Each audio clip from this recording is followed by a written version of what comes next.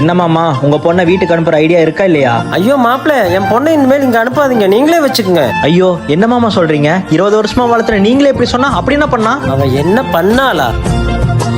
போட்டு சாப்பிடுறே. என் புருஷன் பாவம் அங்க நான் இல்லாம எவ்வளவு கஷ்டப்படுறாரோ. அதெல்லாம் நிம்மதியா தான் இருப்பாரு. பா, அவ கிடக்குறா, நீ சாப்பிடுமா சாப்பிடுமா. யார் கூடமா பேசிட்டு இருக்க இவ்வளவு நேரமா? உங்க மருமகன் கிட்ட தான்ப்பா சாப்பிட்டாரா இல்லையான்னு கேக்குறக்காக கூப்பிட்டேன். நீங்க பேசுறீங்களாப்பா? பேசுமா பேசுமா. அங்க வந்து இவ்வளவு நேரம் நீ பேசிட்டு இருந்ததுக்கும் புறச்ச கூட இருந்திருக்கலாம். அவர் இல்லாம தூக்கமே வர மாட்டேங்குது. அங்க அவர் தூங்கிருப்பாரா அப்படின்னு உங்களையே கேக்குறா மாப்பிள்ள. இங்க வந்து பெத்தவங்க யாரையும் மதிக்கிறதே கிடையாது.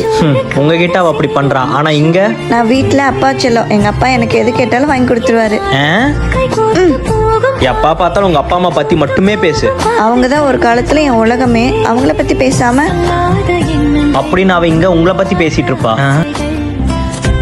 ஏய், இங்க என்னடி பண்ற? ஓ, உங்க அப்பா தொலை தாங்க முடியாம அனுப்பிச்சுட்டாரா? அப்பாவும் வேணும், ஆனா உங்களையும் விட்டு இருக்க முடியல. ஏன்னு தெரியல.